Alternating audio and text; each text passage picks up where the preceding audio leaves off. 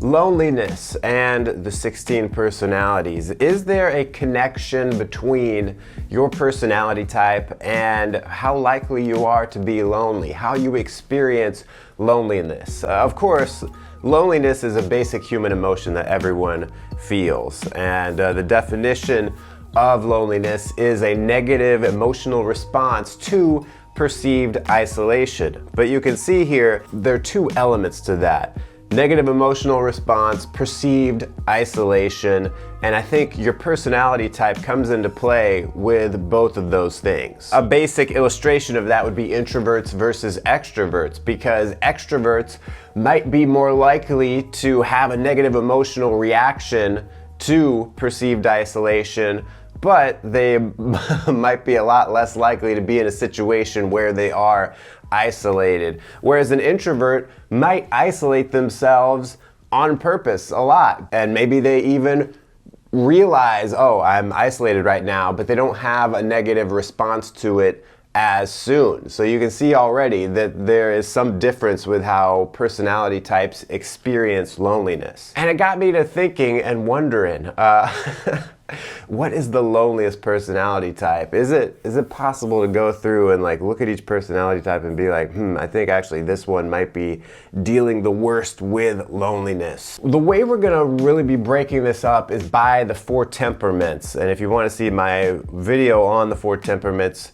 click or tap the card right here above my head. I've found that the temperaments, that's EJ, EP, IJ, IP, so many things can be explained breaking things down by the temperaments. I think it's probably one of the most significant divisions between the personality types. And of course, as we go through all of these types, these are just generalizations based on the theory of the types, and every individual is going to have a different experience, but this is how I see it based on personality type. So let's jump in with the EJs, ENFJ, ESFJ, ENTJ, ESTJ. I think the EJs are probably less likely to ever be in isolation, so they might not experience loneliness as much. But the thing is, I think they are also the ones who are more likely to react negatively quickly when they perceive that they are in isolation. I think that they may perceive they are in isolation faster than the other types. And that really comes down to, the EJs either have extroverted feeling or extroverted thinking as their dominant function, and that really makes them want to be engaging with others all the time. Not necessarily in a socializing kind of, let's party and have fun or whatever, but just like they really, really need the feedback of others. That's how they thrive. To them, life is about working together as a team. Let's get everyone together, and they feel an especially deep need for support from others. So they just naturally tend to be around other people a lot. They are less likely to have that feeling of being alone in a crowd, because I think they really feed off the crowd. They'll find a way to interact with the crowd. But despite all of this, even though EJs may not find themselves in isolation or being lonely, these types have a very difficult time handling loneliness, because in many ways it's something that they don't experience that often. Like they never put themselves in the situations to be lonely. As such, loneliness is extremely painful for these types and can be like a major fear for them. They're like, what if I'm alone? That would be terrible. I want to make sure that I am never in that situation where I feel lonely. Now the TE types, ESTJ and ENTJ, they're gonna really suppress the feeling of loneliness and really try hard not to let themselves feel it. It's sort of like they'll be aware of it, but it will be too frightening for them to face, which can be very bad. It blows up in their face. And I think the FE types, the ENFJ and ESFJ, they're more likely to have kind of like meltdowns when it comes to being lonely. They'll be more likely to kind of blame others and be like, why are you making me lonely? And you'll see a little bit later there are other types that do a very similar thing, but they take it at a slightly different angle. So then we go to the EP types. They are less likely to be in isolation unwillingly. Of course, the EP types, ESFP, ESTP, ENTP, ENFP. Even though they're an extrovert type, they can enjoy being isolated and being on their own. They're not necessarily going to feel lonely just because other people aren't around, because the main thing that they are driven by is not other people necessarily. They are driven by new experiences and experiencing new ideas and just exploring. That's the EPs are the explorers of the 16 personality types. And I think a lot of them are fine exploring on their own. I think really they are more likely, when they are isolated, to experience a kind of boredom. Sometimes these emotions bleed into each other, so maybe EPs, their loneliness might start as a kind of boredom. There's no one around, there's not other people to kind of like feed their mind, because EPs have a very hungry mind. They want to just keep experiencing new things, and other people are part of that. They like to hear what other people have to say. They like to have other people around for the ride. They like what other people bring to the table. It's not the same kind of validation that EJs need. The EPs don't really need that so much. They just like people because people are exciting to be around. But the thing is, if the isolation is unwilling, if someone else is like, okay, you gotta be isolated for whatever reason. Of course, you know, we've been dealing with a pandemic for the last couple of years. A lot of people spent a long time in isolation against their will. The EPs are gonna freak out a lot about that. They don't like to be told what to do. They don't like their freedom to be restricted. And so I think when the isolation is imposed on them, that is when it really gets to them. It's kind of like an anxious loneliness of like, oh no, is this never gonna end? Am I gonna be isolated forever? And if the EPs are left long enough in that state, they can really spiral out of control and get to that really painful loneliness. We talked about that feeling of being alone in a crowd. I think EPs could feel that, but I think they're a little less likely than maybe the introvert types are, because the crowd provides stimulation to the EPs. They will at the very least not feel bored in a crowd. When they feel that they're isolated, they're the ones who are most likely to do something to like change things up. All right, we're gonna go and talk about the rest of the personality types in part 2 of the video. Stay tuned.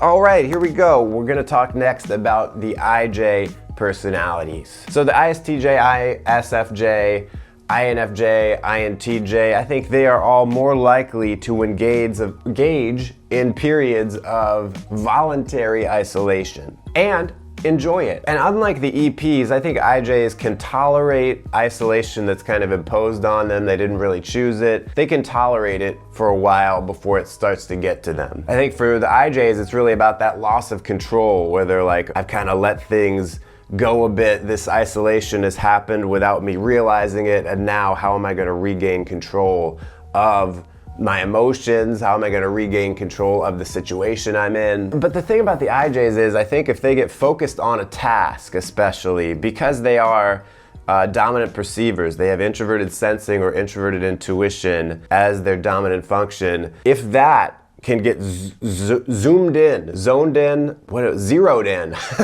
If these types get zeroed in on a task, or whatever it is that they are visualizing, whatever it is that they are organizing, something to keep them busy, they're not going to really care about the isolation as much, or not even notice that they are isolated. While IJs do need feedback from other people, I think because of that NI or SI as their dominant function, they are kind of like the types that are more likely to just like get into a state where they are focused in on something and just doing it robotically. The IJs just like to do the same thing over and over again. That's the other thing, is they can just get into a routine, and the routine might put them in a space of loneliness, but they don't realize it at first because they like the routine. The routine provides comfort, but then it's like, oh, actually, this is sort of like gnawing away at me. This routine is not serving my needs of interacting with other people. It puts the IJs in a quite a predicament, because then it's like, well, I have to go against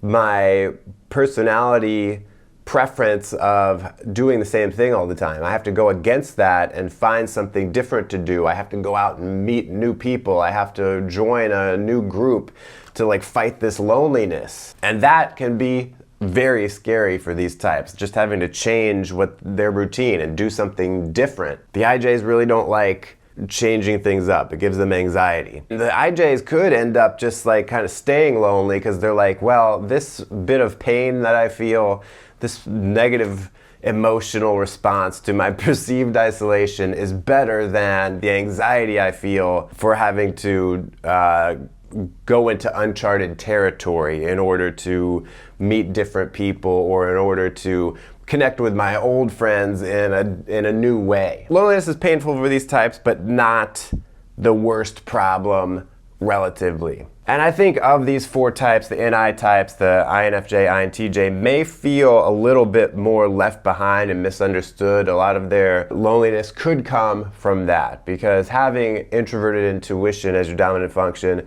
just makes you a little bit weirder. Maybe a little bit more difficult to fit in, but not necessarily, because NI is also, I think, good at mimicking other people. I don't know, like I don't want to jump on the train of saying, oh, INFJs are so special. But you know, I think it's arguable that some of the loneliness of those 2 types could come from just having that different cognitive function that's kind of weird. But then we come to the IP types. I think they are much more likely to self-isolate, and I think that's because the IPs generally feel fine on their own. They don't want to be surrounded by a bunch of people. So when they're isolated, they probably won't react negatively. They may not even perceive that they're isolated, or they may be like, oh yeah, I'm isolated, but whatever, it doesn't matter, it's irrelevant that I am isolated. I think with the IPs, where they start to shoot themselves in the foot, is that even if they know that they are lonely, they may still avoid being around other people. These are the types that I think are most likely to feel alone in a crowd, because these types have introverted feeling or introverted thinking as their dominant function, and this is all about how do they make decisions. And of course, when you have a dominant function, you have an inferior function, which is the opposite. So extroverted thinking and extroverted feeling are these types' inferior functions, which are generally about interacting with others, or like finding the decision that is best for the group. When you have that inferior, it's sort of like you're always trying to avoid others. You're trying to avoid their judgments. Everyone around you is kind of a source of pain. It doesn't mean that you're like antisocial and never want to talk to anyone ever. Like a lot of IPs are very social. You could even look at them and say, oh, that person is more extroverted. But what it is like ultimately for them, the final judgment call is always on them. They are always the main character in their lives. I mean, everyone is to a degree, but for the IPs, it's like turned up to 11. The IPs, I think, really sense that distance between themselves and other people. The IPs, I think, just feel isolated in their own minds a lot of times. Everyone does everything that I've talked about in this video.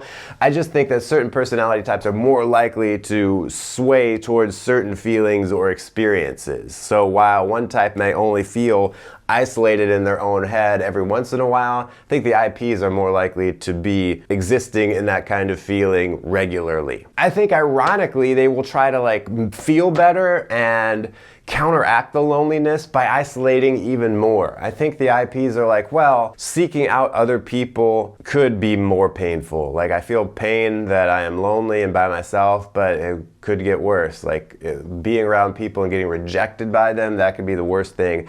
And you know, earlier when I talked about the EJs and they're blaming other people for their loneliness, I think IPs do that in a way, but it's more like you guys are gonna judge me. Like I blame you for my loneliness in a way because I'm just so different. I feel this disconnect from you and I'm so afraid that you're gonna judge me. And so the loneliness is highlighted the most in that perceived difference from others. The INTP and ISTP, I think are most likely to suppress and be unaware of this feeling of loneliness until it's built up a lot and is like ready to just explode. And I think the FI types, the ISFP and INFP, can become overwhelmed by the feeling of loneliness and then just not know what to do about it and just kind of stay there in that feeling. What is the loneliest of all the personality types? Well, going through there, I would say the IPs probably end up experiencing loneliness the worst of all the personality types. And I think the EJs actually would be